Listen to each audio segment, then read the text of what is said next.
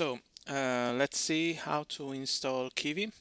And so we are on github.com/Kivy /Kivy/releases /tag /2.0. So we got Kivy 2.0, and so I never installed it. Well, I tried to install it, but I never succeeded in it. Now that there is this new version of Kivy, I want to try it. So first of all, I want to show you how to install it. Let's do it together. So you see here that's pip install Kivy base media, and it's Kivy full. So now I will install Kivy full, and I wanna to, of course, use the command line. So you do the Windows button plus R, press CMD, and then in the CMD you do pip install Kivy Kivy full.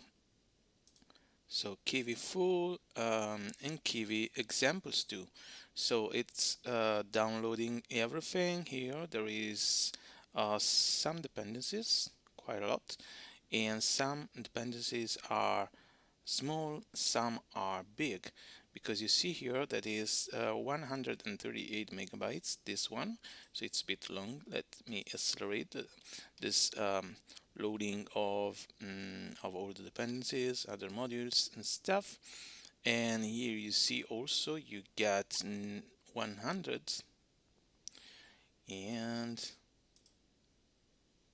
38. So as I told you before, and so everything's fine.